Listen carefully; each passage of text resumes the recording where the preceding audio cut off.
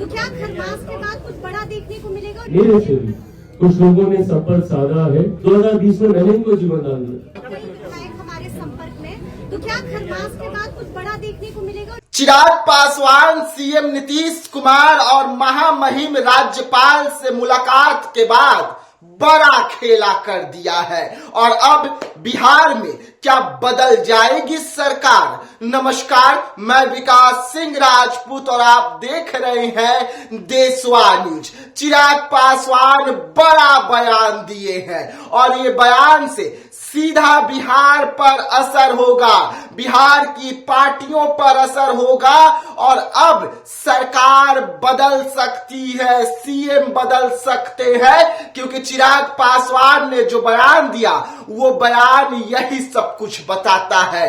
आखिरकार चिराग पासवान ने साफ किया कि अब विधायक कौन किसके पास है, कितना है और बड़ा बयान जारी कर दिया है। अब लगातार खरवास का इंतजार है, दही चूड़ा भोज का इंतजार है कि आखिरकार दही चूड़ा भोज के बाद बिहार सरकार जो है वो किस ओर जाएगी और क्या कुछ कहते हुए चिराग पासवान नजर आ रहे हैं।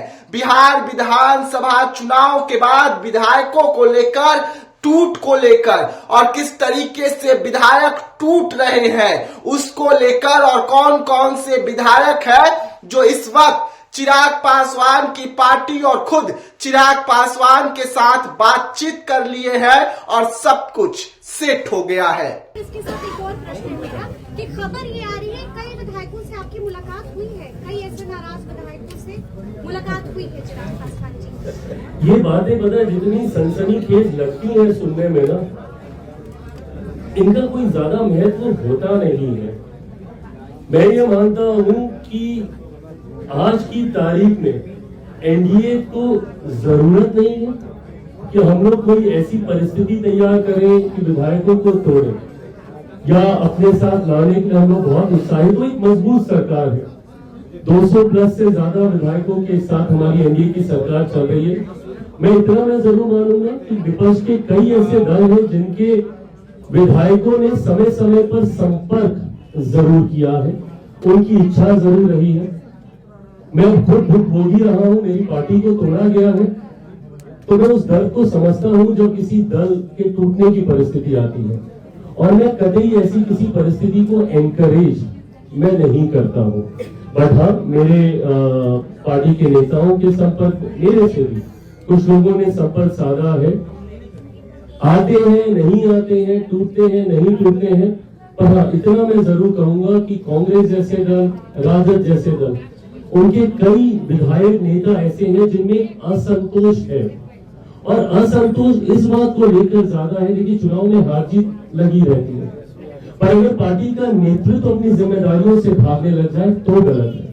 2020 में एक बार आप लोगों को चाहूंगा कि आप में से जो साथी उस वक्त थे याद कीजिएगा, 2020 शायद 10 नवंबर को रिजल्ट आया था, मैं शायद डेट में आगे पीछे गलत हो सकता हूँ, बट जिस दिन रिजल्ट आया था उसके ठीक अगले दिन मैं आप लोगों के सामने था। अगले दिन मैंने आप लोगों से प्रेस वार्ता की थी, जिम्मेदारी ली थी कि हाँ मेरी पार्टी चुनाव हारी है, हम लोग का प्रदर्शन ऐसा नहीं रहा। जब आप जिम्मेदारी नहीं लेते हैं तो कार्यकर्ताओं में भी निराशा आती है। ऐसे में नेता प्रतिपक्ष की भी एक बड़ी जिम्मेदारी है।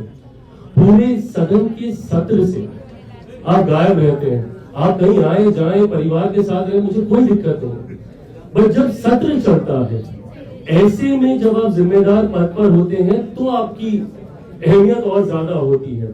आप उस दौरान नहीं दिखते, आप संवाद नहीं करते मीडिया के साथ, आप कारण पे विश्लेषण करके नहीं बताते कि क्यों राजद की इतनी करारी हार हुई। इतिहास में देखा जाए जिस तरीके से आज राजद जिस स्तर पर पहुंच गई है, अगर ये लोग सिर्फ वोट चोरी और बहानेबाजी करते रहेंगे तो वो दिन दूर नहीं जब राजद का नामो निशान मिट जाएगा। और इनको समझना होगा कि परिस्थिति आज से नहीं 2005 से बनी हुई है। इनको तो बीच में जीवन दान मिलता है। 2014 में मुख्यमंत्री नीतीश कुमार जी ने, 2015 में इनको जीवन दान दिया, 2020 में मैंने इनको जीवन दान दिया। नहीं तो ये राजद तो 2005 के बाद से खत्म हुआ।